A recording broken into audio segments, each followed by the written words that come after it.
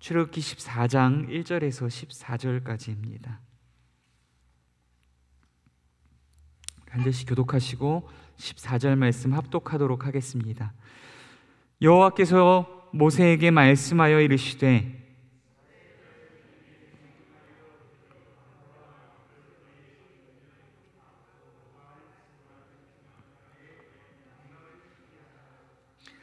바로가 이스라엘 자손에 대하여 말하기를 그들이 그 땅에서 멀리 떠나 광야에 갇힌 바 되었다 하리라.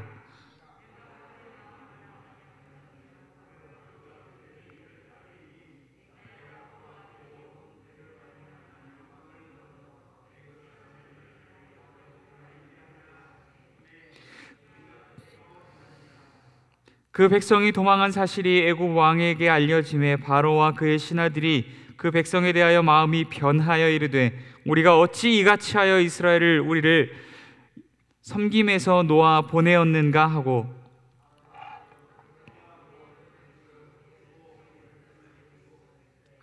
선발된 병거 600대와 애굽의 모든 병거를 동원하니 지휘관들이 다 거느렸더라.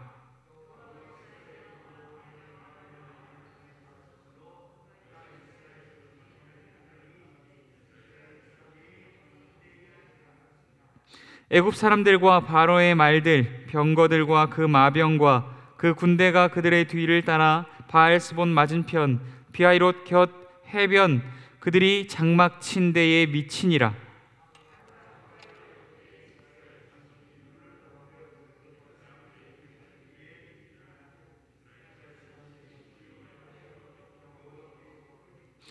그들이 또 모세에게 이르되 애굽에 매장지가 없어서 당신이 우리를 이끌어내어 이 광야에서 죽게 하느냐? 어찌하여 당신이 우리를 애굽에서 이끌어내어 우리에게 이같이 하느냐?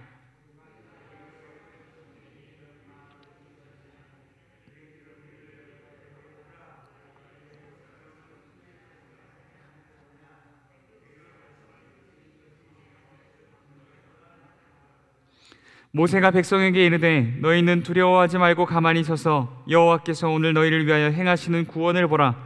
너희가 오늘 본 애굽 사람을 영원히 다시 보지 아니하리라.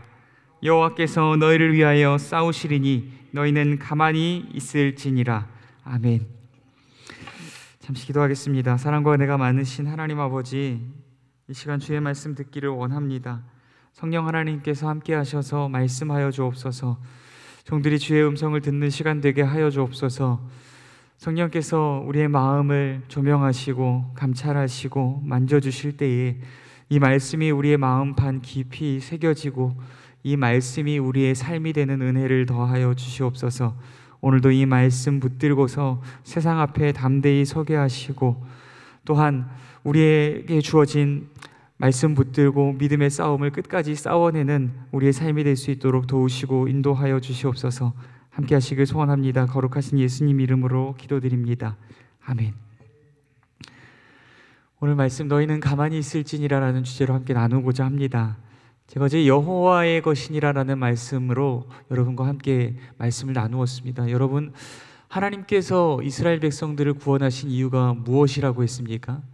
그 이유는 단순히 이스라엘 백성들을 구원받음의 자리에 머물게 하시기 위함이 아니었습니다. 구원받음의 자리에서 여호와를 예배하고 여호와를 섬김의 자리로 나아가게 하시기 위하여서 그들을 구원하였다고 말씀을 드렸습니다. 그럼에도 불구하고 바로는 포기치 않고 다시금 이스라엘을 사로잡아서 바로와 애굽을 위하여서 노역하게 만들려고 애쓰고 있습니다. 그렇다면 출애굽한 이스라엘 백성들은 과연 누구를 섬길 것인가 양단 간의 결정을 내려야 합니다. 바로를 섬길 것인가 혹은 하나님을 섬길 것인가. 하나님께서 이미 바로와 애굽의 장자들을 치셨고 이스라엘 백성들을 출애굽하게 하셨기에 더 이상 바로를 섬기는 문제는 그들의 선택지 위에 오르지 않을 것처럼 보입니다. 하나님의 그 크고 놀라운 기적들을 무려 10가지나 경험케 하셨으니 그들이 그것들을 목격하였으니 온 땅의 주인으로 보이던 바로를 꺾고 이스라엘 백성들을 탈출하게 하셨으니 이쯤 되면 여호와 하나님만이 유일하고 참된 신이심을 인정하는 것이 어려운 일이 아닌 것 같습니다. 아니, 오히려 여호와 하나님만이 유일하고 참된 신이심을 인정하지 않는 일이 오히려 더 힘들고 어려운 일처럼 보입니다. 만약 이스라엘 백성들이 현재의 상황에서 여호와 하나님을 거역하고 그분의 말씀에 거절하고 거부하며 불순종한다면 그것은 오히려 바로와 같거나 바로 이상의 강팍함과 완악함을 유지하고 있다는 것을 그들 스스로 증명하는 일이 되는 것입니다. 그런데 그 놀라운 일이 오늘 말씀 가운데에 등장하고 있습니다. 과연 이스라엘 백성들은 어떤 과정을 통하여서 그러한 위치에 서게 된 것일까요? 본문의 상황을 통하여서 말씀을 함께 나누고자 합니다. 이스라엘 백성들이 하나님이 말씀하셨던 대로 출애굽을 했습니다. 이것은 단순한 어떤 탈출이나 단순한 야반도주 정도의 성격이 아닙니다. 하나님의 놀라운 역사하심으로 말미암아 애굽이 초토화되어져 버렸고 전리품을 챙겨서 승리의 개선 행진을 하고 있는 것입니다. 이스라엘 백성들은 모든 게 다 끝났다고 생각했습니다. 이제 모든 고난과 고통은 그쳤고 이제 그들 앞에 하나님께서 오래전에 약속하셨던 약속의 땅이 그들 앞에 펼쳐질 것이라 생각했습니다. 하나님은 모세에게 명령하여서 이스라엘 자손들을 홍해 앞에 이르러 바닷가에 야영지를 펼치라고 말씀하셨습니다. 이스라엘은 그때까지만 해도 자신들의 앞에 닥칠 일들을 꿈에도 생각지 못했을 것입니다. 지금 이 순간이 마치 꿈만 같고 바닷가의 야영이 정말로 운치 있게 느껴졌을 것입니다. 이곳이 어쩌면 바로의 압제와 애굽의 노역보다도 더한 자신들의 무덤이 될 수도 있다는 사실을 그들은 꿈에도 상상조차 하지 못했을 것입니다. 그런데 왜일까요? 하나님은 이스라엘 백성들을 그냥 마냥 편안하고 행복하게 두실 생각이 없는 것 같습니다. 3절과 4절 말씀을 보면 하나님께서 이스라엘의 야영지가 바로의 눈에 이스라엘을 마치 가두고 있는 덫과 올무에 갇힌 자들처럼 보이게 했다는 것입니다. 그래서 하나님께서 바로의 마음을 완악하게 하사 바로가 이스라엘을 뒤쫓게 만드셨습니다. 하나님은 왜 이런 일들을 하시는 걸까요? 4절 말씀에 보면 그 힌트를 알려줍니다. 내가 그와 그의 온 군대로 말미암아 영광을 얻어 애굽 사람들이 나를 여호와인 줄 알게 하리라. 아멘. 도대체 바로와 그의 군대로 말미암아 하나님이 왜 영광을 받으셔야 할까요? 또한 그들로 인해서 애굽 사람들이 여호와의 심을 알게 된다는 것은 어떠한 의미일까요? 이 의미를 알 수 없는 말보다도 더욱 분명한 것은 만약 하나님께서 바로와 그의 군대를 부추기신다면 지금 바다 앞에 그들 앞에 펼쳐진 이 야영지는 확실하게 이스라엘의 무덤이 될 수도 있다는 사실입니다. 언제나 불안한 예감은 틀린 적이 없듯이 하나님께서 계획하신 그대로 바로의 마음을 완악하게 하셨고 하나님께서 애굽에 끊임없이 퍼부으셨던 재앙과 그로 인한 하나님에 대한 두려움이 그들 가운데 씻은 듯이 사라져 버렸습니다. 바로의 마음이 완악하여졌고 애굽 사람들의 마음이 강팍하여졌으며 그들의 마음이 하나같이 변하였다고 기록하고 있습니다. 바로가 이렇게 말합니다. 우리가 어찌 이같이 하여 이스라엘을 섬김에서 내어 보내었는가? 바로는 여전히 하나님을 에베드하여서 섬기고 예배해야 할 하나님의 백성들을 사로잡아서 바로와 애굽을 위하여 에베드하고 섬기고 일하고 노역하는 자로 사로잡기 위하여 애쓰고 있는 것입니다. 바로가 곧장 그의 모든 병거와 지휘관들을 동원하여서 이스라엘을 뒤쫓기 시작합니다. 드디어 바로와 그의 군대가 이스라엘의 야영지 가까운 곳에 이르게 되었습니다. 실제로 이스라엘과 또한 애국 군대의 거리가 얼마나 가까웠을까요? 실제 거리가 얼마였건 간에 분명한 것은 이스라엘의 눈에 지금 자기들을 뒤쫓고 있는 것이 애굽의 군대임이 분명하게 보여질 정도의 거리였을 것입니다. 또한 애굽의 군대와 이스라엘의 마음의 거리는 훨씬 더 가까웠을 것이라는 사실입니다. 바로가 이스라엘의 코앞에 다다랐습니다. 이스라엘은 어떻게 반응할까요? 애굽을 10가지 재앙으로 치신 하나님, 애굽에 임하였던 그 메뚜기들을 동풍으로 몰아서 바다에 처박아 버리시고 몰살시켜 버리셨던 그 능력의 하나님, 그 하나님을 의지함으로 말미암아 하나님을 붙들고 하나님께 기도하고 하나님을 신뢰하는 가정으로 삼을까요? 우리 본문 10절 말씀 함께 읽도록 하겠습니다. 본문 10절입니다. 바로가 가까이 올 때에 이스라엘 자손이 눈을 들어 본즉 애굽 사람들이 자기들 뒤에 이른지라 이스라엘 자손이 심히 두려워하여 여호와께 부르짖고. 아멘. 이스라엘 백성들이 어떻게 반응합니까? 심히 두려워하여서 여호와께 부르짖었습니다. 그들은 심히 두려워합니다.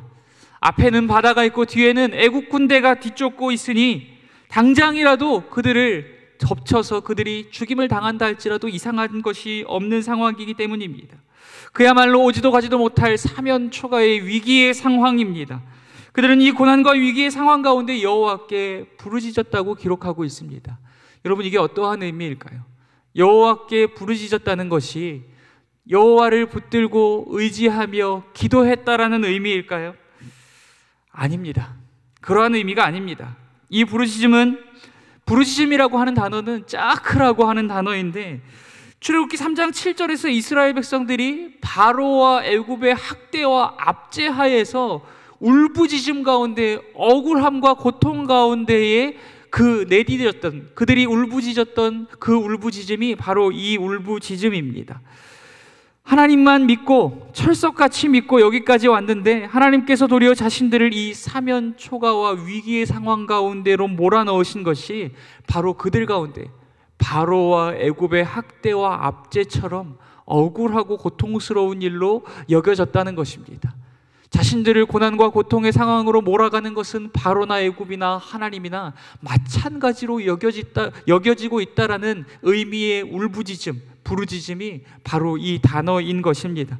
그렇다면 이스라엘 백성들의 구체적인 말들을 들어보겠습니다. 우리 11절과 12절 말씀 함께 읽겠습니다. 11절과 2절 말씀입니다. 합독하겠습니다.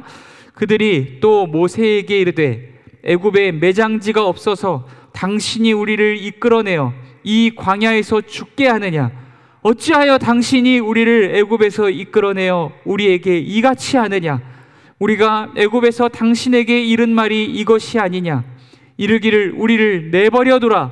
우리가 애굽 사람을 섬길 것이라 하지 아니하더냐? 애굽 사람을 섬기는 것이 광야에서 죽는 것보다 낫겠노라. 아멘. 애굽에 매장지가 없어서 당신이 우리를 이끌어내어서 이 광야 가운데 죽게 만드느냐? 어찌하여 당신이 우리를 애굽에서 이끌어내어서 이같이 죽게 만드느냐? 우리가 애굽에서 당신에게 이미 말하지 않았더냐? 우리를 내버려두라고. 우리가 애굽을 섬기는 것이, 애굽 사람을 섬기는 것이 더 낫겠다고 말하지 않았더냐? 애굽 사람을 섬기는 것이 광야에서 죽는 것보다 낫겠노라. 지금 이들의 공격적인 말들을 보십시오. 비단 그들의 지도자인 모세를 향한 불평과 원망이 아닙니다. 모세를 통하여서 말하시고 모세를 통하여서 행하시는 하나님을 향한 불평과 원망의 말들을 쏟아내고 있는 것입니다. 마음이 강팍해지고 완악해지며 하나님이 그들 가운데 행하셨던 일들을 잊은 것, 그것은 바로와 애굽 군대만이 아닙니다. 그것은 이스라엘 백성도 마찬가지인 것입니다. 하나님의 그 많은 기적들을 목격하고 경험하고서도 또한 불과 구름의 기둥으로 하나님께서 그들과 함께하고 계심에도 불구하고 이렇게 하나님을 향하여 불평과 원망을 내뱉고 있다면 이들은 적어도 바로와 유사하거나 바로 이상의 강팍함과 완악함을 가지고 있다는 것을 스스로 증명하고 있는 것입니다. 그들은 여호와를 모르는 자들임을 스스로 증명하고 있는 것입니다. 제가 지난번에도 말씀을 전하면서 이야기를 드렸듯이 바로를, 여호와 하나님을 모르는 자들은 바로와 애굽 사람들만이 아닙니다. 이스라엘 백성들도 마찬가지라는 것입니다. 여호와 하나님께서 참되고 유일하신 신이시오 하나님이심을 애굽 가운데에 알려주시기 위하여서 10가지의 재앙을 베풀었다라고 이야기하지만 그 10가지의 재앙은 이스라엘 백성들도 동일하게 목격하고 경험한 것이었습니다. 그들은 동일하게 하나님께서 살아 역사하심을 경험하였음에도 불구하고 하나님을 부인하고 하나님께 원망과 불평을 내뱉고 하나님보다 세상을 섬기는 것이 더 낫겠노라고, 오히려 세상을 섬기는 것이 광야에서 죽는 것보다 더 낫겠노라고 이야기하고 있는 것입니다. 서두에서 하나님께서 이스라엘을 고난과 사면 초가의 위기로 이끄시는 이유를 나누었었습니다. 4절 말씀에서 이렇게 말씀하셨습니다. 애굽 사람들이 나를 여호와인 줄 알게 하리라. 그러나 정작 여호와를 모르는 자들, 여호와께서 유일하신 하나님이심을 알아야 할 자들은 비단 애굽 사람들과 바로만이 아니라는 것입니다. 이스라엘 백성들, 하나님을 섬기고 예배해야 할 이스라엘 백성들 또한 여호와를 모르는 자들이며 그들이야말로 여호와 하나님의 참되고 유일하신 하나님 되심을 알아야 할 자들인 것입니다. 하나님은 왜 하나님의 백성들을 약속의 땅이 아닌 홍해와 바로의 군대에 둘러싸인 사면 초가의 땅으로 인도하신 것입니까? 하나님은 이로 인해 아직 하나님을 모르는 하나님의 백성들, 아직 하나님을 섬기는 것보다도 세상을 섬기는 것이 더 낫겠노라고 이야기하는 하나님의 백성들 가운데 오직 여호와 하나님만이 참되고 유일하신 하나님이심을 깨닫고 알게 하시기 위하여 이러한 일들을 행하시는 것입니다. 하나님은 하나님만이 행하실 수 있는 놀라운 구원의 사역을 베푸심으로 이스라엘의 마음판과 그들의 뼛속 깊이 여호와 하나님만이 유일하고 참된 신이심을 그들의 뼛속 깊이 새겨주기 위하여 이 일을 행하신다는 것입니다. 사랑하는 성도 여러분, 하나님께서 우리네 인생에도 이러한 일들을 행하실 때가 있습니다. 예수 믿고 나면 모든 일이 잘 풀릴 줄 알았습니다. 가정도 화목하여지고 사업도 번창하고 자녀들의 앞길도 형통하게 열릴 줄 알았습니다. 그런데 믿음으로 살아가려 몸부림칠수록 어렵고 힘든 고난과 위기의 상황들이 나의 인생 가운데 불어닥치기 시작한다는 것입니다. 아무리 애쓰고 노력해봐도 해결되지 않는 문제들이 나의 삶을 억누르고 짓누르기 시작한다는 것입니다. 하나님은 왜 우리네 인생 가운데 이러한 일들을 행하시는 것일까요? 이는 우리의 힘과 능력과 지혜로 해결할 수 없는 그 문제, 우리가 아무것도 할 수 없는 그 상황, 그때 하나님만이 행하실 수 있는 크고 놀라운 구원의 일을 행하심으로 하나님이 어떠한 분이신지를 우리의 마음판과 뼛속 깊이 새겨주시기 위하여서 우리를 그 고난과 사면 초가의 위기의 상황으로 몰아가시는 것인 줄 믿습니다. 그렇다면 우리는 그때 어떻게 반응해야 할까요? 이제 모세는 자신과 하나님을 향하여 불평과 원망의 말들을 쏟아내는 이스라엘 백성들에게 이렇게 말합니다. 본문 13절과 14절 말씀입니다. 본문 13절과 14절 말씀 합독하겠습니다. 모세가 백성에게 이르되 너희는 두려워하지 말고 가만히 서서 여호와께서 오늘 너희를 위하여 행하시는 구원을 보라. 너희가 오늘 본 애굽 사람을 영원히 다시 보지 아니하리라. 여호와께서 너희를 위하여 싸우시리니 너희는 가만히 있을지니라. 아멘. 우리는 위에 이 말씀이 들어간 은혜로운 찬양들을 많이 들어왔고 은혜로운 설교들을 많이 들어왔습니다. 맞습니다. 본문 말씀 가운데는 이러한 은혜의 약속들이, 은혜의 메시지들이 포함되어져 있습니다. 그러나 히브리어 언어상에 모세의 말투는 결코 부드럽지 않다는 사실을 기억해야만 합니다. 모세는 하나님 앞에 마치 바로와 같이 반응하고 애굽 사람들과 같이 반응하고 있는 그들, 마음이 강박하고 완악하여서 돌짝과 같이 단단하여져 있는 이스라엘을 향하여서 잔뜩 화가 난 채 이렇게 외치고 있는 것입니다. 가만히 있어, 조용히 있어, 조용히 해, 이렇게 그들을 향하여서 외치고 있다는 것입니다. 사랑하는 성도 여러분, 우리도 해결할 수 없는 문제들을 만날 때에, 사면 초가의 위기에 처할 때에 주님만 믿고 약속의 말씀에 순종하다가 도리어 어려운 일들을 만날 때에 불평과 원망의 말들을 쏟아낼 때가 있습니다. 마치 기다렸다는 듯이 신속히 하나님의 손을 놓아버린 채 세상과 사람의 손을 붙들 때가 있습니다. 그때 우리는 모세의 이 말을 기울여야 합니다. 가만히 있어, 조용히 해. 세상을 향해 뻗치는 우리의 발을 모아서 기도의 무릎을 꿇어야 합니다. 세상을 향해 내미는 우리의 손을 모아서 기도의 손을 부여잡아야 합니다. 불평과 원망의 입술을 닫고 기도의 입술을 열어야 합니다. 왜입니까? 우리의 불평과 원망과 우리의 몸부림보다 하나님의 일하심이 더 능력 있기 때문입니다. 우리 앞에 놓여진 문제의 상황들보다, 우리의 문제와 세상보다 더 크고 능하신 하나님, 여전히 불기둥과 구름기둥으로 우리와 동행하시는 하나님, 우리를 위하여 싸우시는 하나님, 우리를 위하여 크고 놀라운 일을 쉬지 않고 행하시는 하나님, 그 하나님만을 믿음으로 붙들 수 있는 오늘 저와 여러분이 될 수 있기를 간절히 소원합니다. 그때에야 비로소 하나님이 행하시는 크고 놀라운 구원의 일을 우리가 함께 보게 될 줄 믿습니다. 그때야 비로소 하나님의 크고 위대하심을 우리의 마음과 뼛속 깊이 새기게 될 줄 믿습니다. 오늘 말씀 묵상하시면서 우리가 고난과 위기 가운데 섰을 때에 그 위기의 상황을 통하여 하나님이 어떠한 분이신지를 우리의 마음판과 뼛속 깊이 새겨주기를 원하시는 그 하나님의 뜻과 하나님의 계획과 하나님의 손길을 발견하게 하여 주옵소서. 그 고난의 상황이 우리가 좌절과 절망으로 치우치는 시간이 아니라 하나님의 살아 역사하심을 분명히 체험하고 우리의 마음 깊이 새기게 되는 그러한 위기가 기회가 되는 상황이 될 수 있도록 우리를 삼아달라고 함께 기도할 수 있도록 하겠습니다. 또한 몇 가지 기도 제목을 함께 나누겠습니다.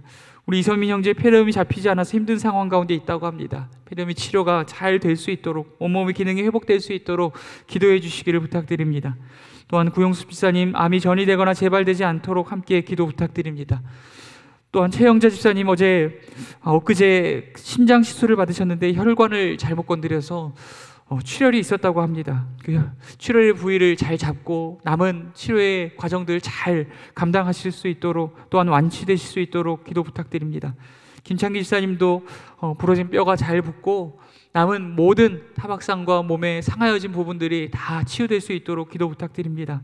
또한 김수정 권사님 전해질 수치가 낮아지고 두통과 또한 어지럼증이 있어서 한국병원에 입원하셨다고 합니다. 모든 치료의 과정들 잘 받으시고 완치되실 수 있도록 함께 기도 부탁드립니다. 이 외에도 또한 말할 수 없는 고통과 또한 질병과 어려운 상황 가운데 있는 우리 지체된 성도님들과 이웃과 가족들을 위하여서, 또한 가정과 교회와 나라 민족을 위하여서 함께 기도하는 시간 갖도록 하겠습니다. 함께 기도하겠습니다. 사랑과 은혜가 많으신 하나님 아버지, 오늘도